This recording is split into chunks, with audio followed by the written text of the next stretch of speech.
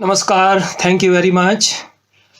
I am grateful to the organizers, both the prestigious institutions, Jamia Millia Islamia and Urban Village Charitable Trust, for being given this opportunity to say a few words on this occasion for the conference on village architecture and planning. The organizers have taken a very good initiative in a right direction. But I have been wondering what I will be doing on this platform, or why I am here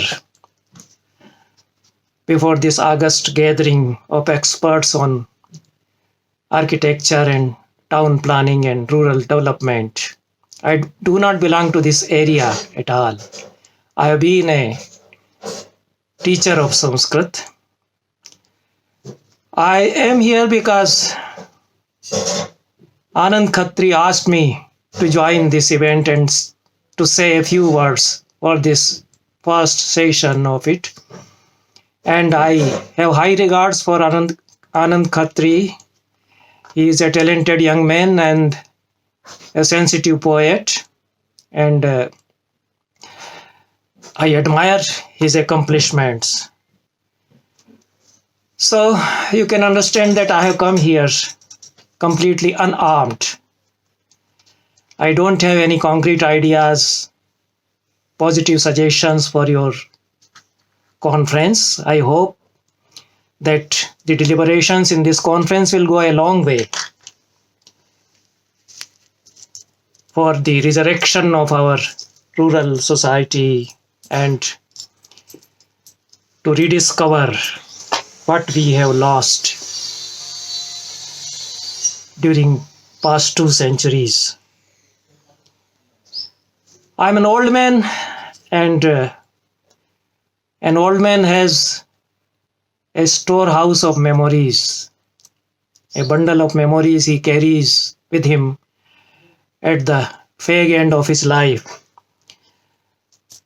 I have spent most of my life in big cities, in small towns also, in India, mostly in central part of India. I have been in other countries also.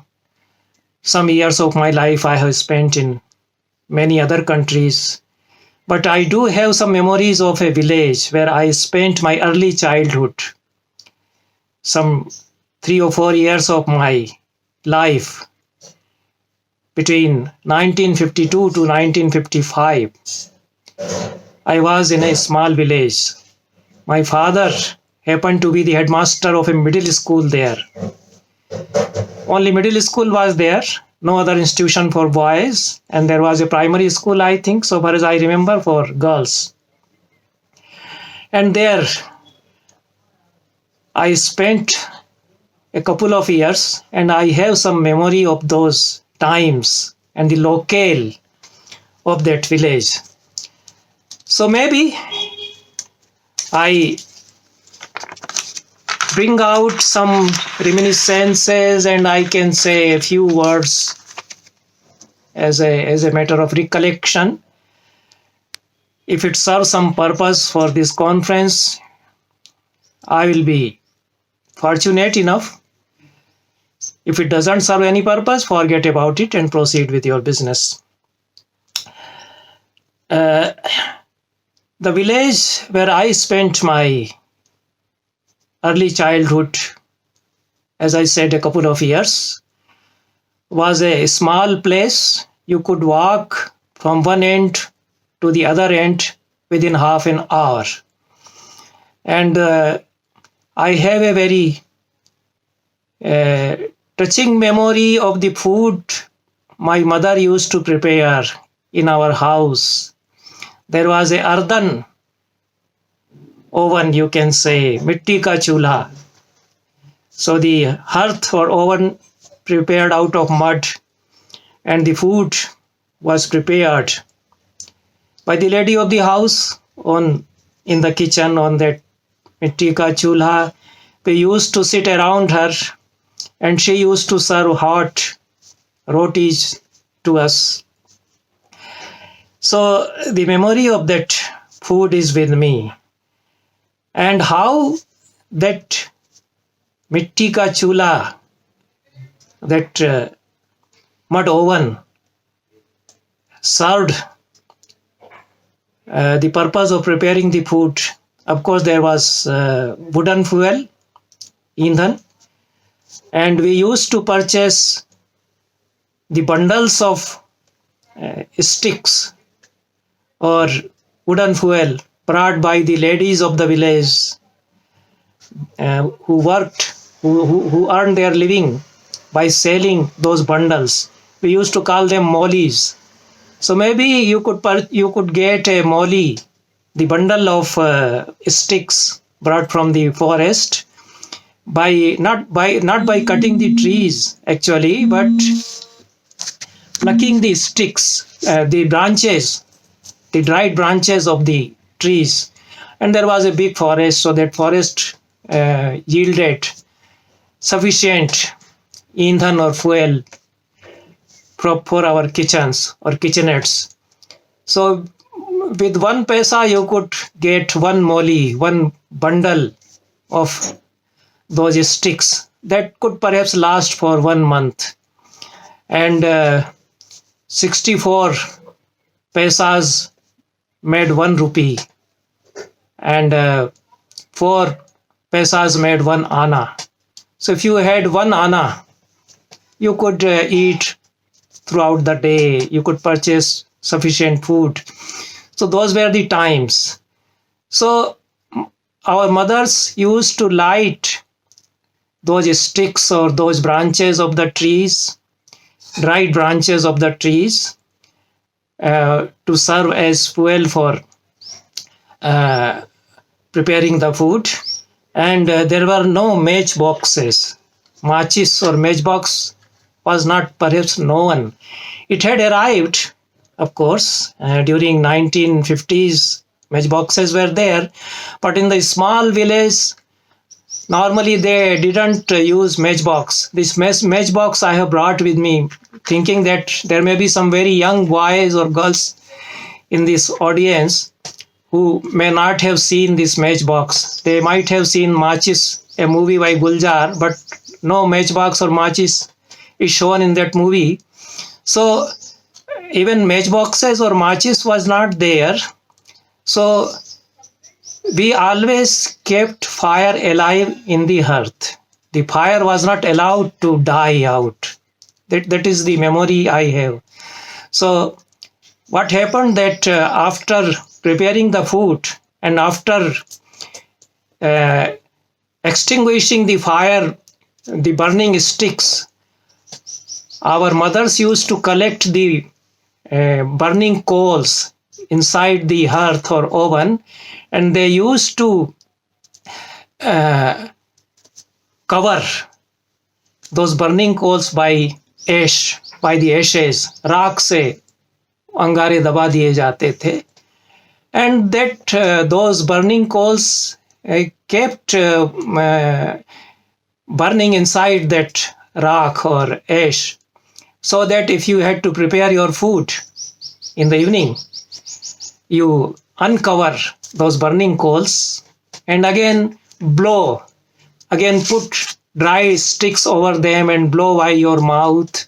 There were no blowers even, so our mothers used to blow from their mouths to burn the hearth. In this way, the chula was lighted again. Every day this happened. The crisis came when, during the days of severe cold or during rainy seasons, those burning coals covered by ash, they didn't last. They were no more alive. ठंडे हो जाते थे कोयले. Then the lady of the house would go inquiring in the neighborhood to the other ladies, with the other ladies, whether they have some burning coals in their hearths. This happened. And as a student of Sanskrit literature, of Sanskrit poetry, I can cite some very touching stanzas. The ladies in the rainy season have come out of their houses and asking in the neighborhood to the other ladies, do you have some burning coal left in your hearth, in your chula, so that I can light my rasoi. So this was the life. It may not appear very colorful or interesting to you, but this was the life. And why I am telling this sad tale of this life, I just want to point out that with minimum resources, with minimum use of mechanical devices, external devices, the life continued in that village. With optimum use of internal resources, that was the life. And there was a lifestyle based on this principle of optimum use of internal resources and minimum use of mechanical devices, not even using matches. Even if it has arrived, we don't want to use it.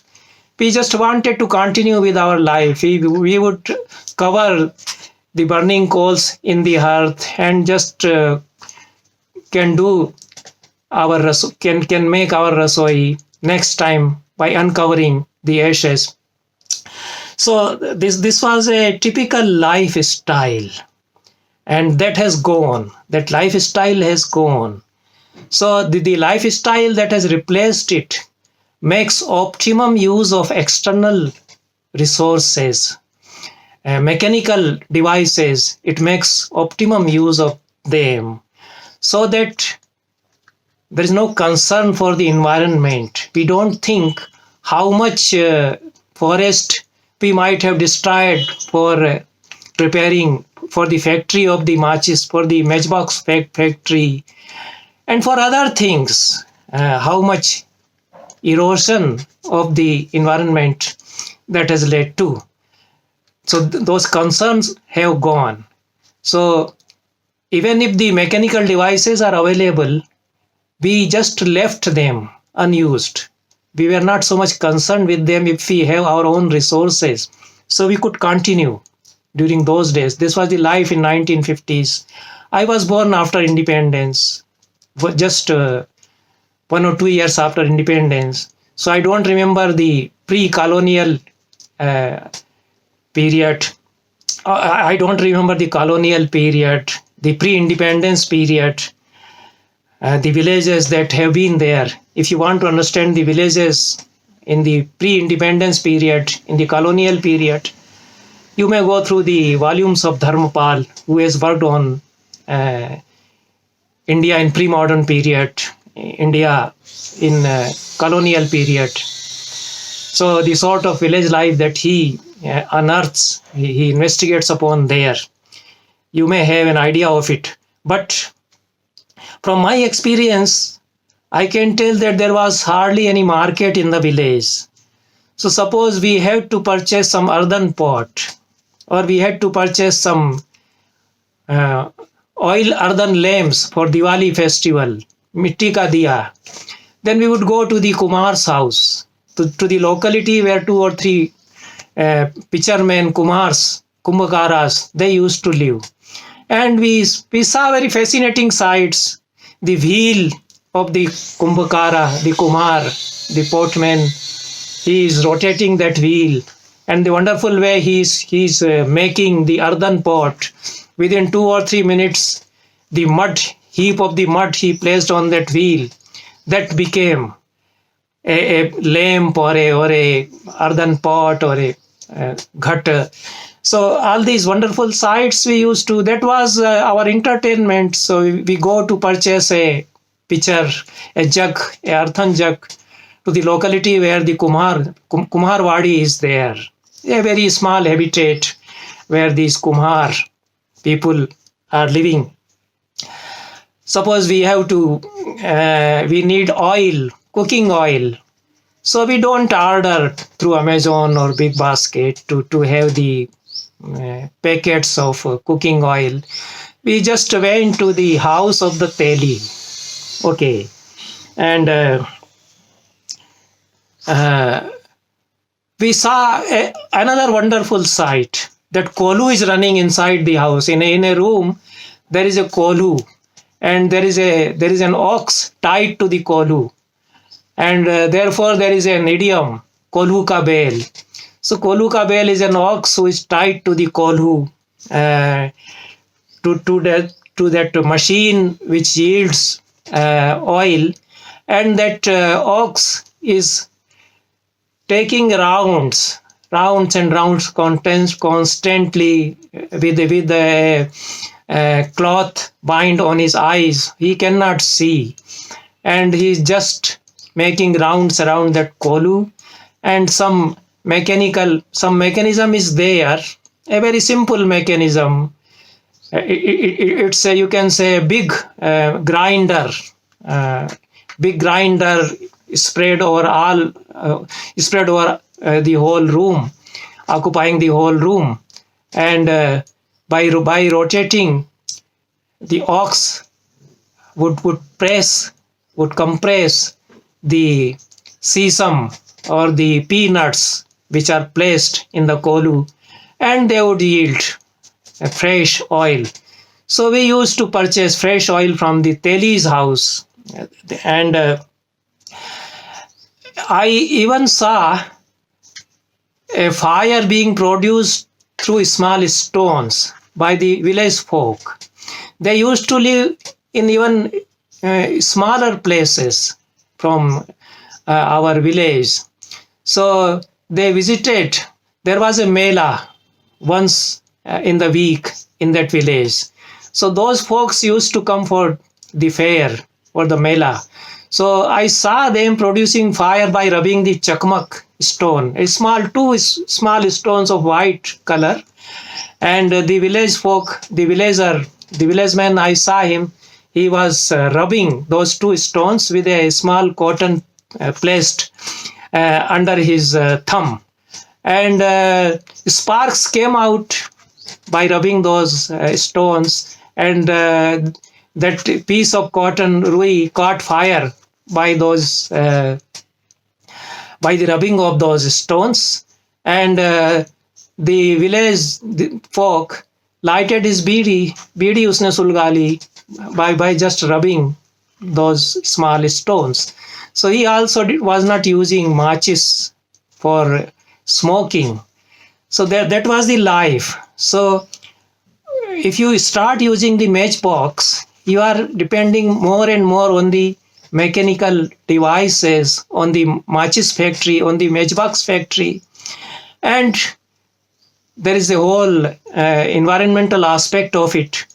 By using the chakmak stone, you don't harm the environment. So by doing the least harm to the environment, you are carrying your life in an easy way. Perhaps it takes some more time. By using the matchbox, you can produce fire within a minute. I don't want to light this matchbox. So it has sticks inside. So you can light fire by just rubbing the tili, this small stick, on the surface of it, and have your smoking within 2 or 3 seconds.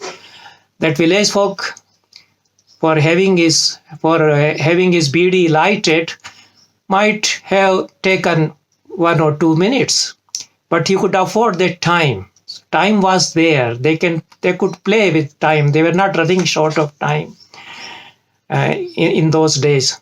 But the lifestyle was such that by least harming your surroundings, by doing the least harm to nature, you could carry your life in an easy way. So that sort of life has gone. So if you are talking of relocating a village, re-establishing a village, or reconsidering the whole village planning, you may perhaps consider that lifestyle which depended on doing least harm to the environment, to your surroundings, to your natural phenomena. So this was one point I wanted to make. I would never say that you again go back to the mitti ka chulha. That was a hell for our mothers, you see. I have seen the ladies, they are coughing due to smoke, and their eyes are suffering. So I would never suggest that you return to that lifestyle. I would also not say that you return to the way of smoking through chakmak stones. But perhaps you can have a gobar gas plant in the village, which would do less harm to the environment than the gas cylinders, than the big factories producing petrols and oils and gas cylinders that may be more suitable, that may be more environment friendly. So we need villages. Again, we need to return back to the villages which have gone away. There are no villages now. That sort of villages have gone. The villages have changed. The village of 1951-52 that I have a distant memory of, that you may not find again. So that sort of mitti ka chula, perhaps in TV, national TV, they show it, but you may not exactly see it. So it has been replaced by gas ovens, by other things. Even the kerosene stove, that was not there in our times. Kerosene had arrived, kerosene oil, and that kerosene stove also was there, but mostly we were not using. And during 1960-65, that kerosene stove we purchased when we moved to small townships or other towns. So we had that kerosene stove. And till 1973, when I was already serving in university for 3 years, I didn't have gas stove, gas oven, and I depended on kerosene stove or on sigdi of coal sigdi.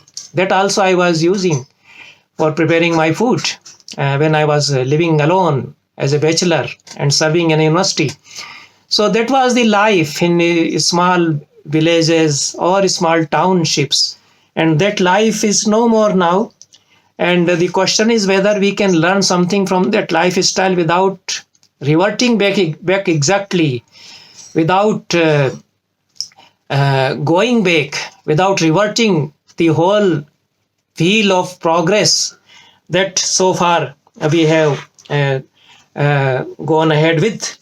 So that was the other thing that I wanted to say.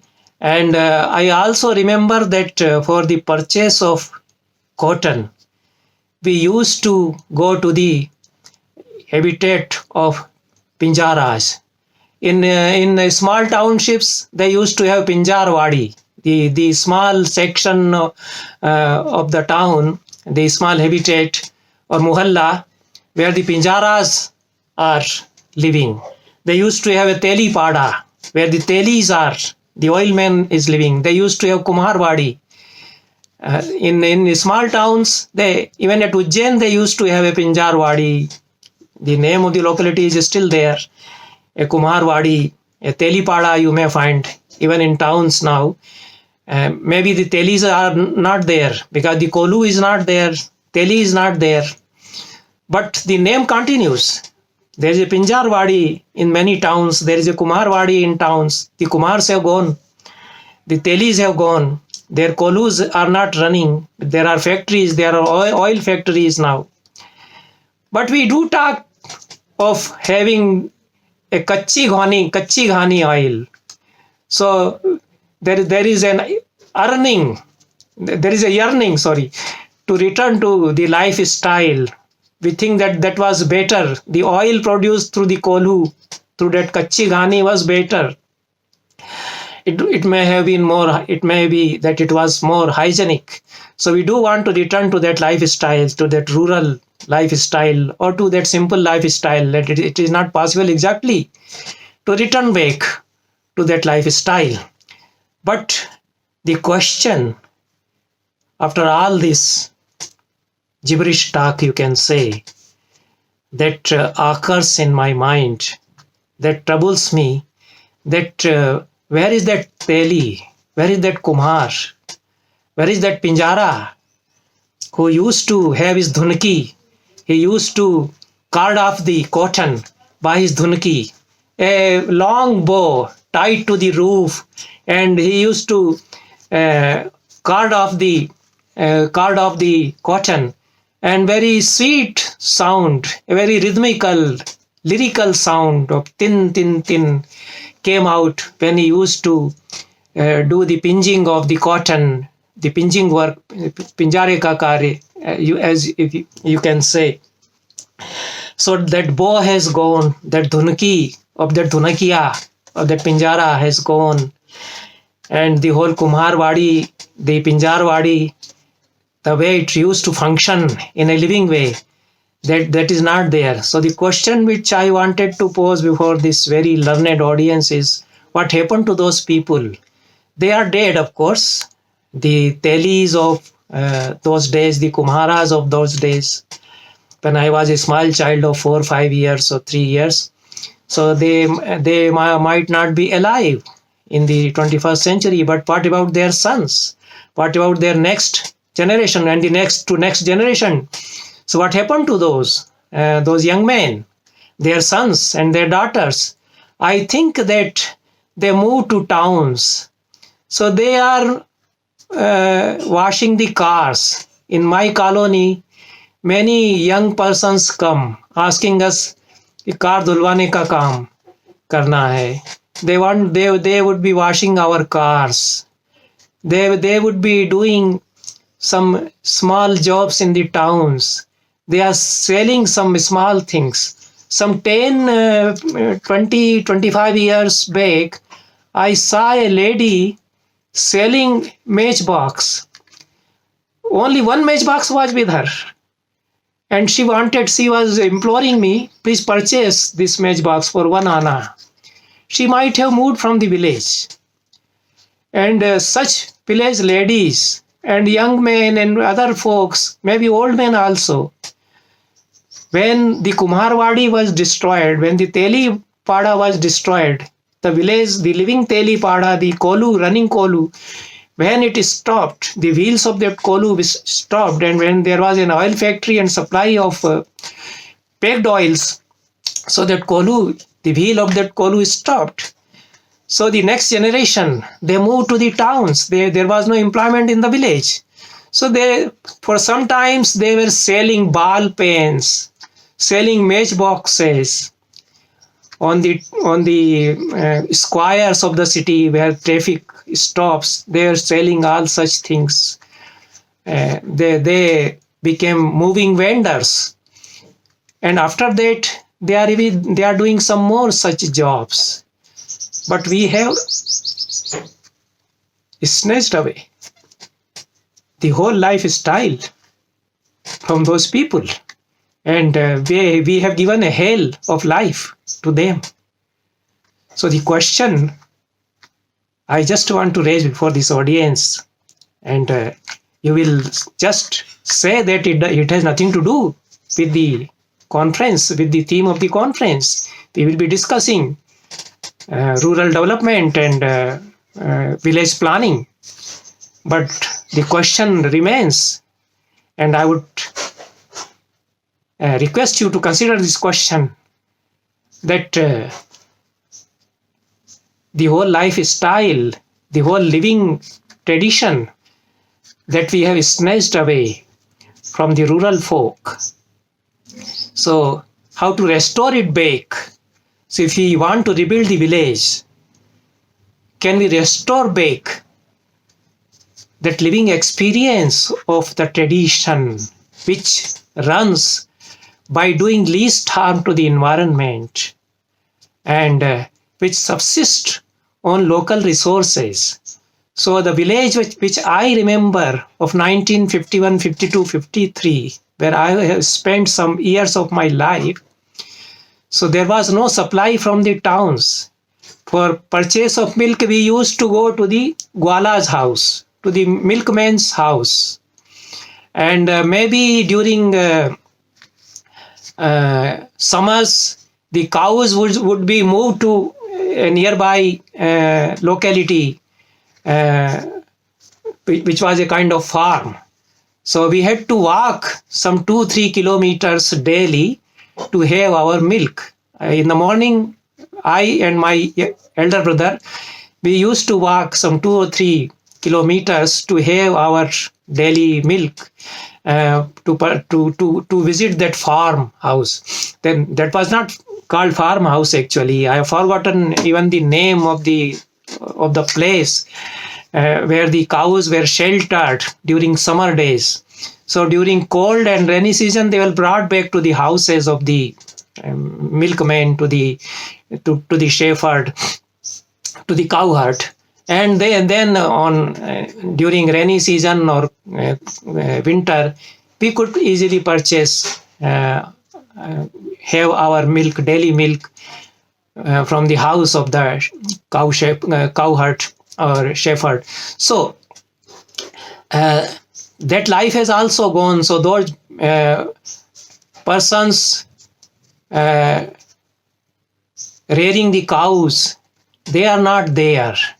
And all those professions in the village, the profession of the Teli, the Kumar, and the Pinjara, we have taken away that life which depended on these professions from them. So the village which was self-dependent, we need not import anything from the town. We have a julaha, a weaver. We have a barber. Of course, there is no barber shop. There are no saloons. The barber is moving from house to house asking whether you want to have your hair cut. And he is doing so many other jobs. He has the Gatha Gayan. He spins tales. He tells us the old stories, Akhyanas. He has the store of Akhyanas. He is a matchmaker also.